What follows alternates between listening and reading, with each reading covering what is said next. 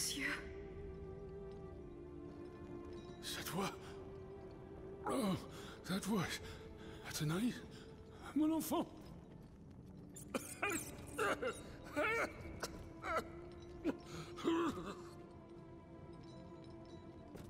Oh mon Dieu. They did it. They did it. They've turned my sweet daughter into a cold machine. It's all right. Stay calm. Well, Lydia, what has Cagliostro told you? Has he sent you to put me out of my misery? No. I'm going to get you out of here. Let me help you. There's no point. I'm burning with fever, and I'm already short of breath. Death lurks around every corner in this prison. I couldn't escape it. I'm not long for this world. No, you can't. Outside, your automats are slaughtering men, women, and children. What you have done, monsieur, only you can undo. What I have done, the miracles I performed, the wonders I gave to this kingdom, it was nothing but vanity. I closed my eyes to it for so long. Mesmer, Cagliostro, souls snatched from their eternal rest like water from a well. I should have set fire to the workshop. I should have melted my creations. It's not too late to stop the massacre. I don't have the strength. You must... Speak, monsieur. Say something, enfant. You must stop them. The king and his loathsome henchman, Cagliostro, the master of the machines. He gives them their orders. He must be silenced at all costs. Take my hand.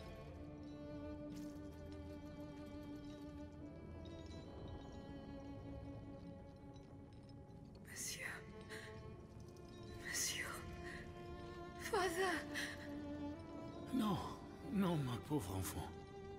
I am not your father. No more than you are, Athénaïs. You're but the vessel that contains what is left of her broken soul. Lydia, I don't want to die without hope. In the name of what is left of her in you, in the name of her love for you, I beg you to free her from the purgatory our enemies have confined her to. I will grant your wish, monsieur. Do you realize what that means? Are you ready to make that sacrifice? The ultimate sacrifice.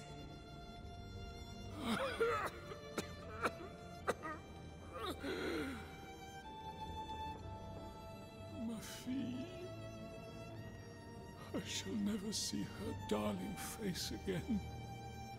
Ma toute petite. You must set her free. Bring her back into the light. The light.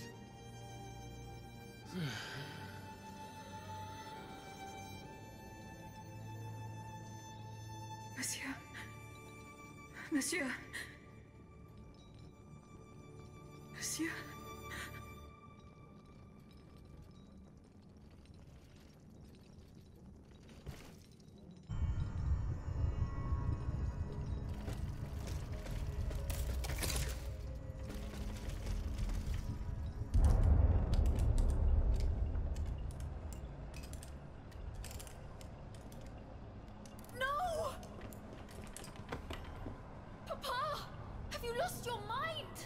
Bon sang, my daughter, will you never listen?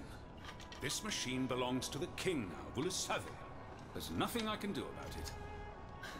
Did he also order you to torture her? The king wants me to make some improvements. And you obey him just like that? That's enough, Athénaïs. Let me work. And from now on, I forbid you from coming in here without my permission. Ugh! You're no better than your master, Papa!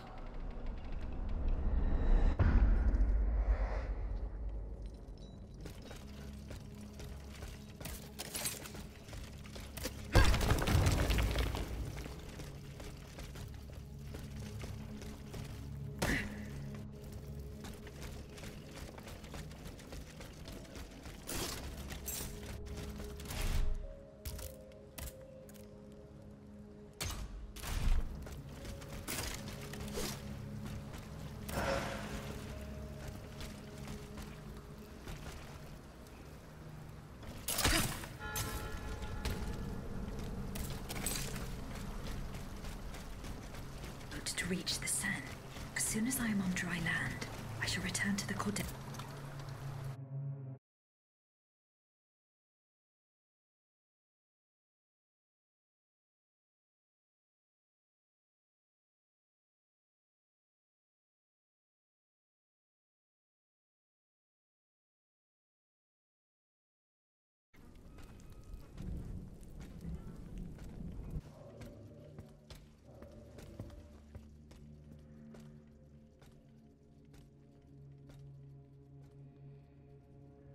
Citoyen, I come bearing sad tidings. Monsieur de Vaucanson has passed away. I was present for his last breath in his cell at the Bastille. Juste ciel. Requiescat in pace. Mon Dieu, it is a cruel fate that has taken my dearest friend from me today. Was he at least able to tell you something before he passed away? No, nothing. How unfortunate. We are lost. Must we resign ourselves to this disastrous turn of events? No, General. Every part of me refuses to do so. Eugène de Vaucanson made me make a promise that I swore to keep. Now I have no other choice than to risk everything. What are you thinking, Aegis? I'm thinking of making my way to Versailles. Eh bien, you should know that I also plan to go there. You don't even think about it. Ma foi. What have we got to lose? Our lives? At this point, you must admit that they're not worth much.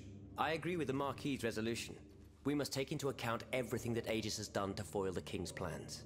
The time has come for us to put ourselves at her service. Not so fast, mon ami. Let's not rush into anything. You'd have to be mad to want to be part of the battle to come. Those who agree to take part in this strike will need to keep a low profile until Aegis has cleared the way. As for you, madame, I do not know what new arrangements have been made since my last visit to the Queen, but I found the area around the North Wing to be particularly empty. Here is where you should launch the attack. If fortune is in my favor, I shall be waiting for you at the pt18 with something to help you make your way through the gardens. As for us, once the automats have been defeated, we will enter the palace to seize the king and the count. Is that your plan, Monsieur le Marquis? It is, monsieur. We are about to take the small step that separates audacity from madness. Are you ready to take it, Madame? Citoyen, I cannot escape my obligations. It is in my very nature to honor them. I kept the promise I made to the Queen to find Monsieur de Vaucanson. I am now bound by the oath I swore before my creator. If I go to Versailles, it is in the hope of rescuing Athenais. I think also of all that remains to be done in Paris. And what's more, you demand my help to make you masters of the king. It is a heavy burden that we place on your shoulders. But once again, we must leave it up to you. Take your time, Aegis. A hasty decision could lead to disaster. We will be ready for action when the time comes. Pour la nation! Et pour le royaume!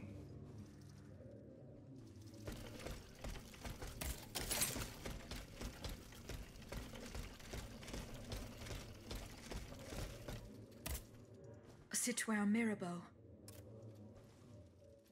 Unfortunately, I come bearing sad news.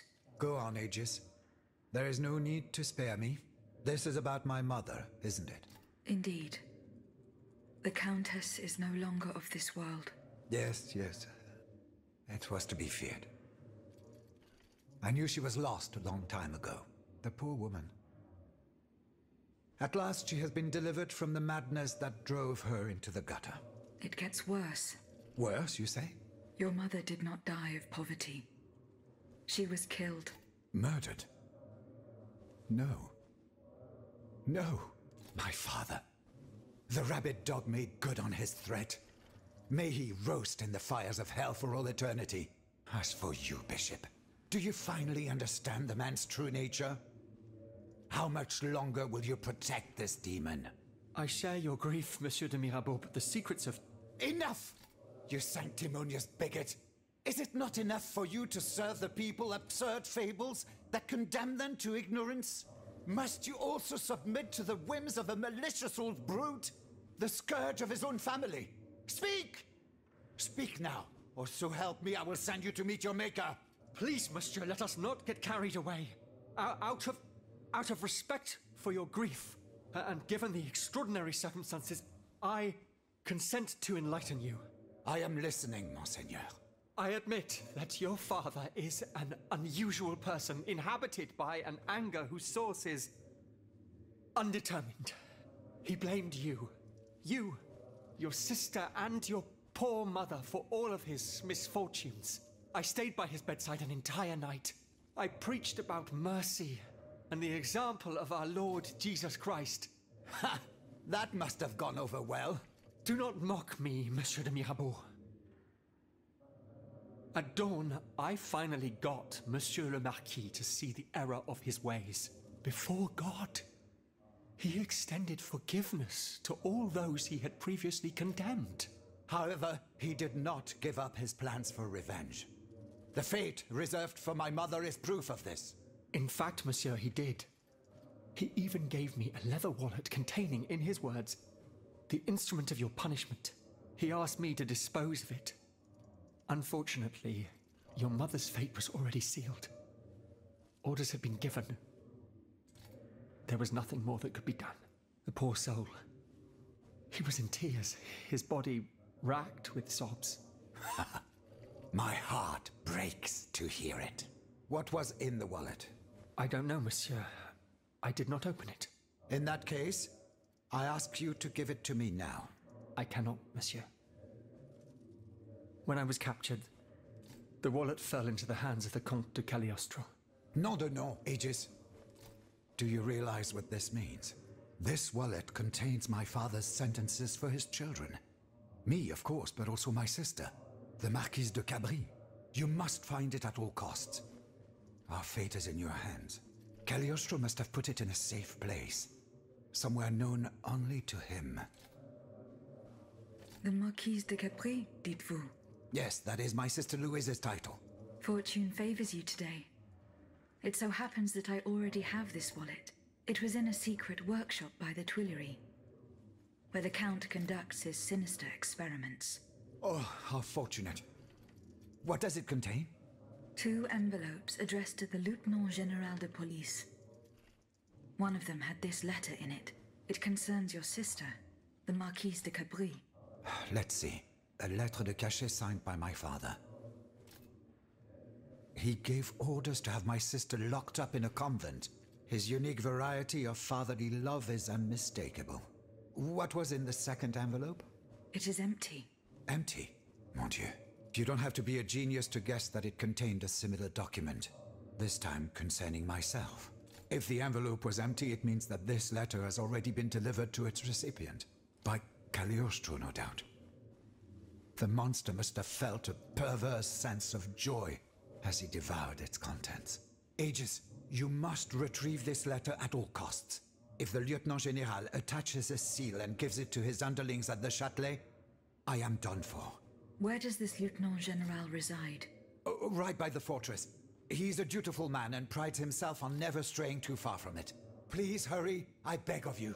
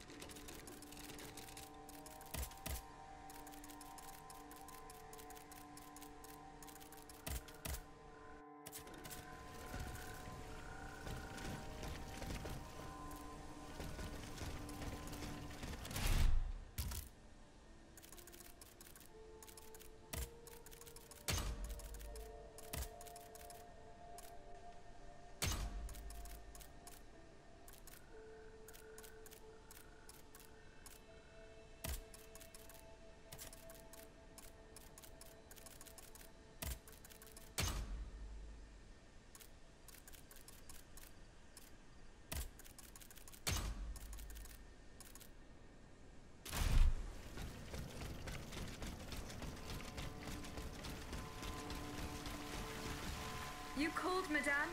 Aegis, thank heavens you're here. We're under siege. In the courtyard. One of the king's creatures. It seems determined to destroy the chateau walls. It's as if it came here for us. Here is the key to the gate. It will lead you to the courtyard. Hurry. Our lives are in your hands.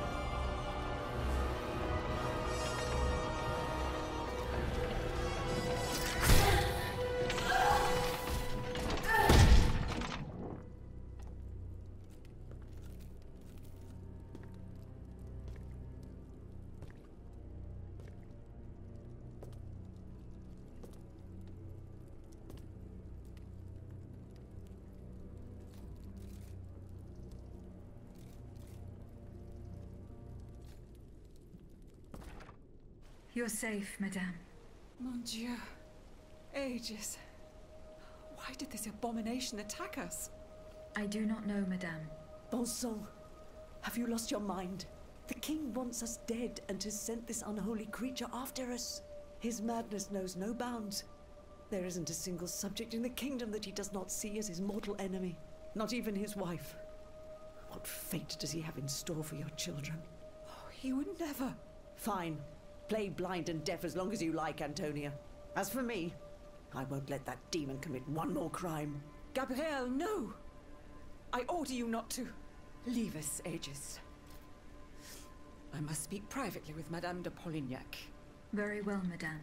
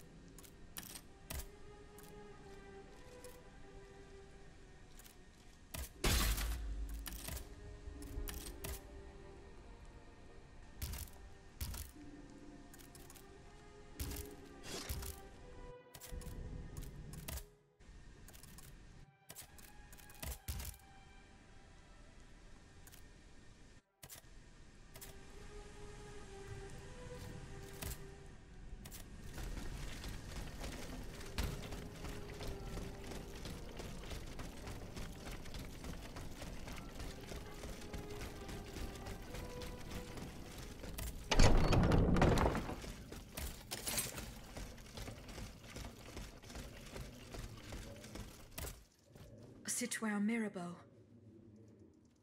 Here is the letter sent by your father to the Lieutenant General de Police. You were right. Mon Dieu. So this is what the cur had in store for me. A new lettre de cachet with a royal seal. He sentenced me to spend the rest of my days in the Chateau de Vincennes. To return to the cell where he had me locked up 12 years ago. Those 10 square feet where I lay at death's door for 42 months on end. 14 seasons, spent with chattering teeth, coughing up a bucket full of bile and blood every day. Your own father had you thrown in jail. Alas, such is the sad truth. What crime did he hold you to be guilty of? He disapproved of the follies of the young man I was back then, and my love for a certain someone. A woman whom an unjust law kept me apart from. I was free and besotted with happiness, Aegis. And that was a crime in the eyes of my father, the Marquis. I sullied the Mirabeau name, so he felt it necessary to steal my youth and clap his wayward son in irons. What does this letter matter? in the face of the mortal peril that hangs over all the king's enemies? You must put yourself in my shoes to understand. If the king wins this war, he will send all the brave men here to the scaffold. And I am certain they will climb the steps with their heads held high. But if you hadn't taken that letter, I would have suffered a far darker fate. Louis the Mad would have made it his duty to respect my father's last wishes. But I would rather die, whether a hero or a coward, than return to Vincennes. There is no worse hell on earth than that infernal dungeon. Was there no trial? One would imagine. Those damned lettres de cachet. For centuries, a powerful man, whether a king or a father, needs simply put pen to paper, and an innocent man is thrown into prison. The poor soul sees neither judge nor lawyer. In the space of an hour, he moves from the light into darkness, and his cries for help fall futilely on the cold stone of the dungeon walls. I am just one of many victims, whose ranks range from the most famous to the most lowly, from Voltaire and Diderot to the unfortunate children whose dark fates will never be known. In any case, I must now express my eternal gratitude, even though no words, no matter how eloquent, can express its depth. I owe everything to you, Aegis. You, who've broken my chains forever. Whatever happens now, I will be free to live or die for the nation. As for the Marquis de Mirabeau, that criminal whom misfortune chose as my father, let us consider him dead, shall we? Let him choke on loneliness and regret once and for all.